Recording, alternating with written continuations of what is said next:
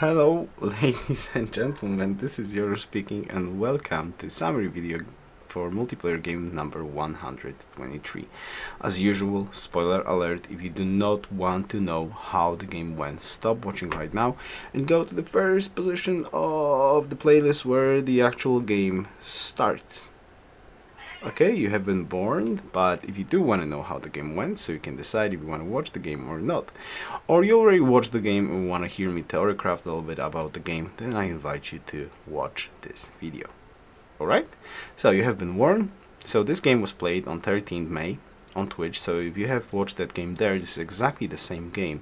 I'm playing as Ethiopia. This was a draft. Twinsen, oh my goodness, I actually forgot the civs in here. I believe Ranma is playing Russia, Twinsen is playing Austria, Baba is playing Mayans, Sir Tok Shadow is playing China, and I believe Lemar is playing Shoshone. And I rolled Ethiopia. Now this game is played with Fruitstrike mod version 5 and Hellbrazer's map script version 3.0. All the links should be in the description below. Damn it, I can't point this correctly. So if you want to check that out, follow the links and all the informations are there. We are recently in a mod hype, basically testing the mod out. I'm not going to talk a lot about the mod. I will just put a little bit of information that are concerning the game itself. I'm just going to say in general, it changes a lot in the game, though just my personal feeling for now, as it is developing, this is more focused about the early game and making the Civ more war game right now. But that's just my personal opinion.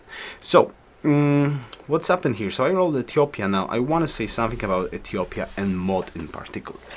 Now Ethiopia, with the changes in the mod, is crazy. This is a crazy civ. It already has been one of the best civs around, but now it's just super crazy. You're probably asking why. What is the reason? Because why Ethiopia is so good? Well, there are several changes in the mod that makes getting an early pantheon quite hard. Now, first of all, if you meet a religious city-state, you do not get fate. So there's no random stuff like, oh, this guy is lucky, he met a city-state, boom, pantheon turn 1 or turn 0 even. There's no more such things as that. That's first thing. Now, there is, so you gotta make your building to gather fate. Now, Ethiopia is the only civ, well, the only civ, except Celts basically. Ethiopia is the one of the two civs that can get an early pantheon without investing too much. Now Celts has the best option to gather an early pantheon. There's no way to beat Celts if they do have a forest, so they are guaranteed a pantheon. But Ethiopia is the second best to getting a pantheon, because you do want to start off with a monument very early on, because this is steel, right? It's so amazing, plus 2 fate.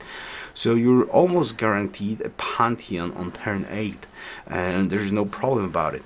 And why is it so strong? Well, because pantheons has been changed in the mod too.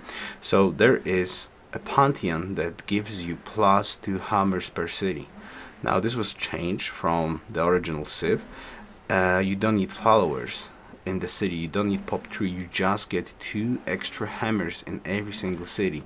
With the changes to Liberty, that pantheon is just crazy beyond belief. 2 extra hammers per city. So with Liberty, when you plant city and you have nothing else to work, you already have 4 hammers. With the boosts to building and all of that stuff, this is just crazy amounts of hammers. Now there is an option theoretically to beat you to Celts and Ethiopia to an early pantheon by opening piety. Though if you want to open piety and you do want to do that regular way, you need to build a monument. So let's assume you get a monument on turn 5, which means you open the policy at turn 5, then 3 around 10, right? Around turn 10. So you can get a pantheon at turn 13. So if you find a ruin and you're lucky to get a cult ruin, there is an option you can open a pantheon. Well, you can open piety on turn 1 or 0 or 2 or something like that. You open piety, and you get a pantheon on turn 5 or 6, which is like the only way you can beat Celts and Ethiopia to a pantheon right now. There's no other way around this. So that pantheon, those 2+2 hammers, is really strong, and hopefully I will be able to show you some of the games when actually, like, how strong it is. I'm gonna show you in this particular game how strong it is on Ethiopia right now. But let's focus on the starting location in here. So as you can see, I'm spawned in a awkward position, I would say, because my initial spot is quite cool. Yeah, I do have stone, yeah, I do have deer, I do have a lot of river, but what I do decide to do is actually I decided to move to the cotton. Now when I was playing, there was questions on Twitch, well, go to the mountain, go here, and all of that stuff. But first of all, I was not able to scout that part because, you know, I already moved. Actually, I'm gonna move. I don't know where I'm gonna move the warrior. I think I'm gonna go here to see what's, and there's not much behind in here. Well, let's actually skip a little bit. Yeah, there we go. So I moved in here and I see this land. Now there was a discussion on Twitch, basically go here. Now I could go here. Oops, excuse me. I could go here, but I didn't want to go here because, and I'm gonna explain this one more time in here because there's no Twitch chat, obviously. I don't want to move in here because I have no vision what's there, and if I move there and there's nothing in the south, I'm gonna be quite disappointed because this particular location is very good. There's tons of rivers around, there's a decent amount of Petra hills that I can use if I ever get a Petra, so I did want to stay in here. Also there was discussion go to the mountain. Mountain is cool, but it would gimp me quite a lot. I do want to stay on the river. I do want to have access to those rivers later in the game. So basically, if I go to the mountain, I trade off possible river spots behind here. I trade off river spots in here. I trade off the ability to build a watermill. I will not have a garden, for example. I will not have an option for hydro plant just to get an observatory. Observatory is cool, but it's not that crucial.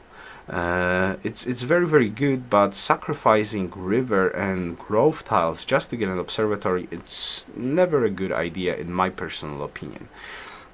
So I decided to plant in here. Now I decided to plant in here, and as you know, I'm a huge fan of Liberty. I always have been, and with the mod I'm even more huge fan of Liberty. So in this particular game I had in mind actually Liberty Patronage. I did want to test out Patronage, but since this is Ethiopia, I had the Pantheon, I had the +2 hammer Pantheon, and well, I gotta strongly admit, this game got out of hand very quickly.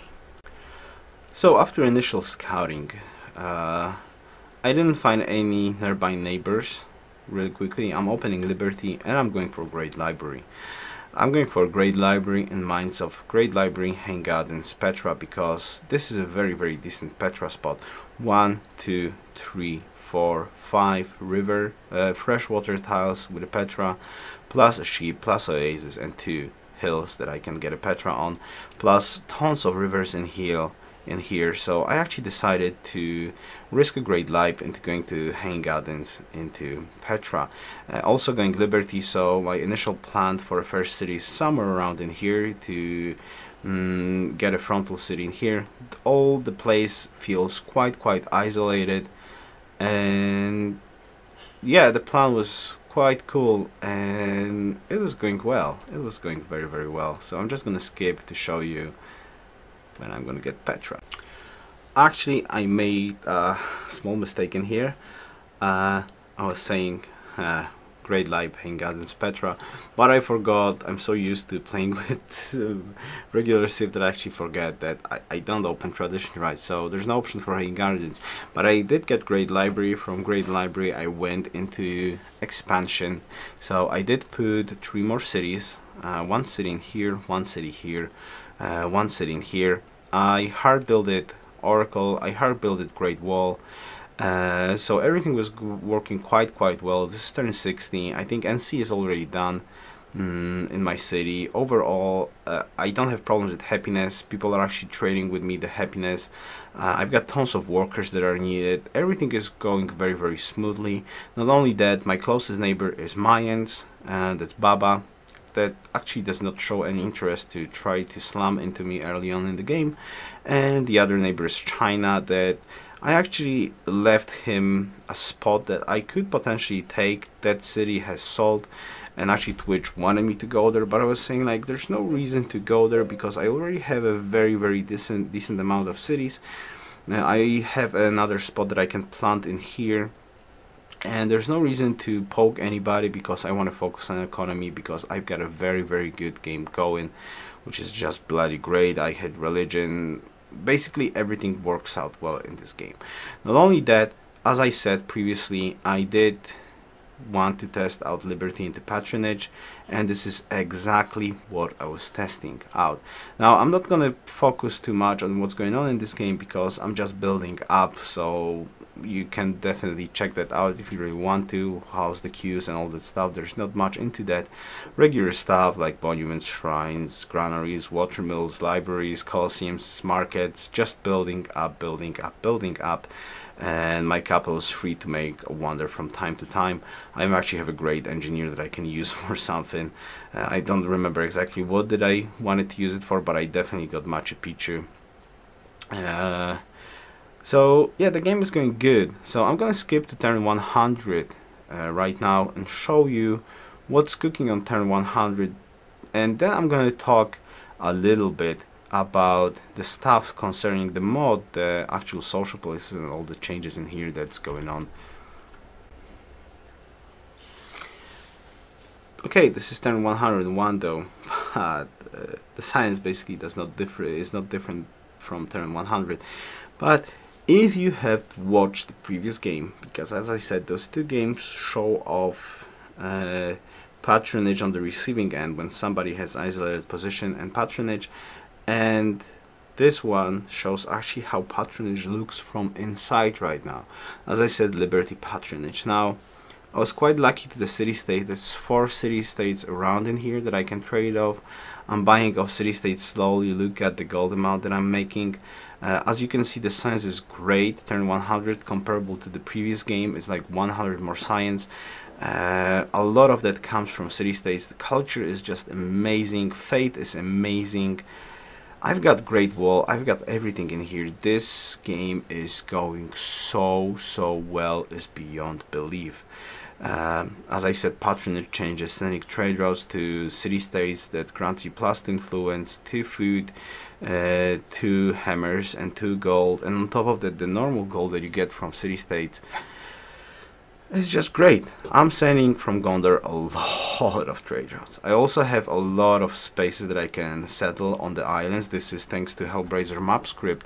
The Pangea is with much less mountains, as you can see, so much more access for early war. But at the same time, in the sea, there's a lot of tiny islands that are actually particularly good most of the time. I think there's like 4 luxuries that I can settle on the islands, and nobody's really gonna compete with that because there's not too much coastal. Actually, there's like 2 coastal cities, but nobody really wants to go on the coast and settle the islands there, and I'll definitely use that into my advantage. Very good cities there. Nobody's trading in me. China does not seem to be interested in attacking into Great Wall. Same goes for Baba.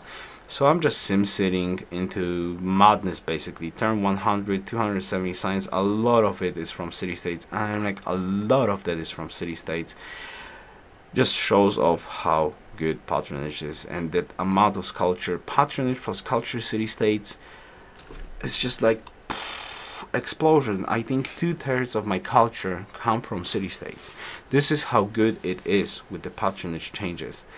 It's just tremendously good. What can I say differently? Basically, I just have that feeling that this game shows off that patronage in the mod needs a huge nerf. And I already said that in the previous game that I posted, the multiplayer game number 122. Patronage needs a huge nerf. It's just really too strong. The amount of stuff that you can get if you're isolated, you have the proper city-states, and I mean culture city-states are the most valuable city-states that you can get an ally into.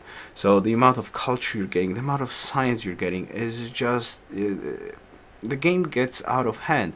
So though I'm playing against civs like China and Baba, I'm like, Baba is an excellent player with Maya, he's got a lot of cities, and also Peaceful Times and Shoshone, they are nowhere near they are nowhere near the amount of stuff that I'm getting. And well, the outcome of this game was to be very predictable basically. So yeah, let's go there. Okay, basically 7 turns later, GG. Ethiopia Madness wins basically, because this is Ethiopia Madness. This is pure Ethiopia Madness. I opened up commerce, I got Big Ben, I think I even bought factories, or am I building a factory soon? And I would get ideology. What can I say? I'm like, this game just show offs in comparison to the previous game that I showed off. 377 science on turn 108. It's nobody is even close. As I said, Baba is having a very good game himself. He's at peace times, but he has, I believe, 200 something science, 250 or something like that. So he's already quite behind. And as you can see, I already settled 1 city in here. I could settle much more. I think I could settle 3 or 5 more cities on the tiny islands. There was amazingly good cities, so I had place to expand without actually the need to go to war. So most probably this game would go even much more out of hand, especially with this gold income, so much city-states. Pure craziness. There's not much that I can say in this game, and there's not too much I can say that was done like because that was me. I don't feel like this particular game because went so good because I played good. I felt like with the land I have and with the choices I could have made, I made the correct choices, but just it feels like some of the parts of the mod are hugely out of balance with particular civs and particular map situations, and I feel like this game is a perfect example of why the mod needs a little bit of tweaking and balance. I'm not certain I know how to change it to make it work, but this particular game is just out of control. As I said, first of all, Ethiopia, nobody challenged me to the pantheon.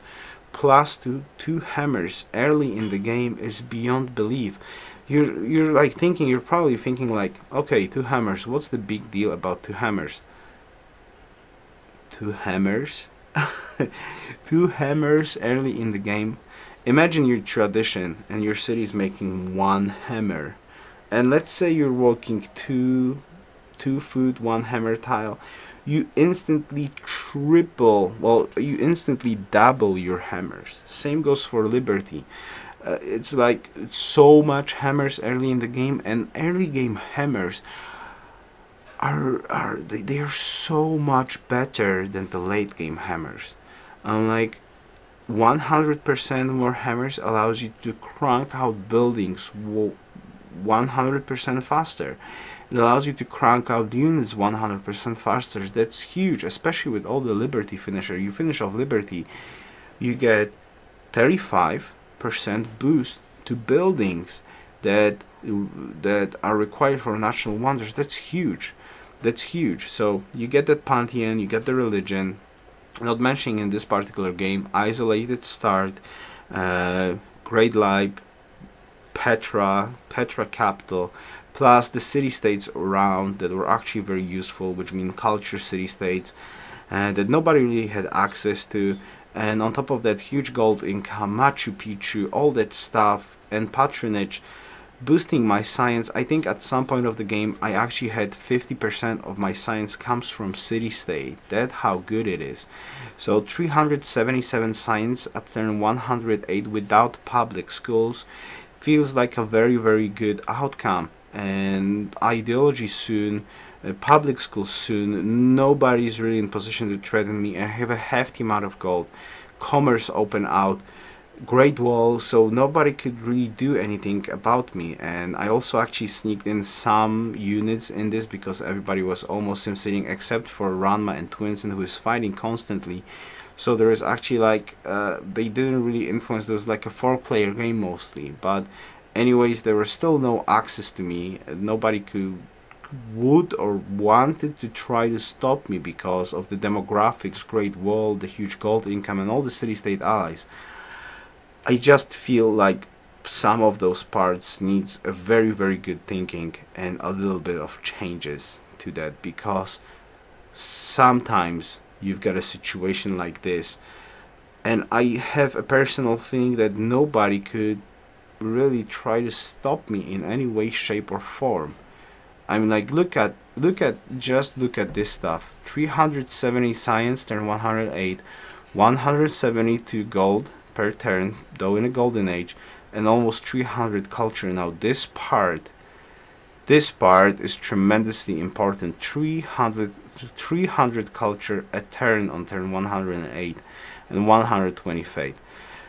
This alone, plus the leading of demographics, shows how good this particular game went. And if you compare it to game number 122, I would like to see how that game looked from Greece perspective. Was he getting such a huge numbers himself? Because this one was just pure madness.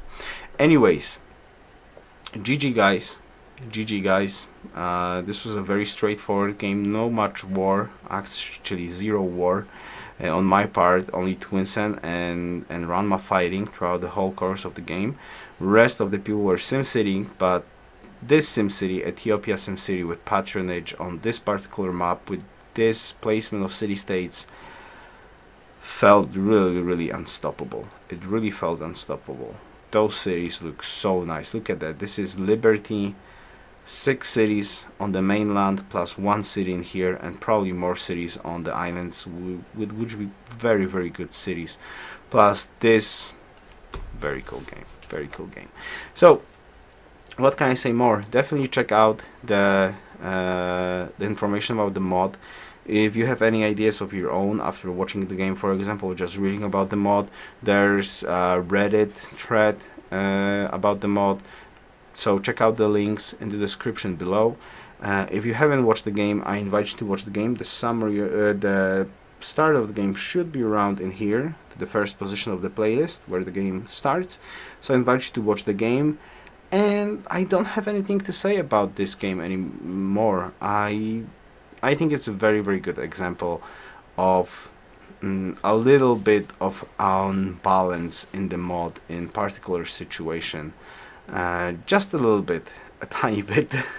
Okay, maybe a little bit huge unbalance. Of course it's situational. The map does not always looks like this, but yeah, but it happens, I guess.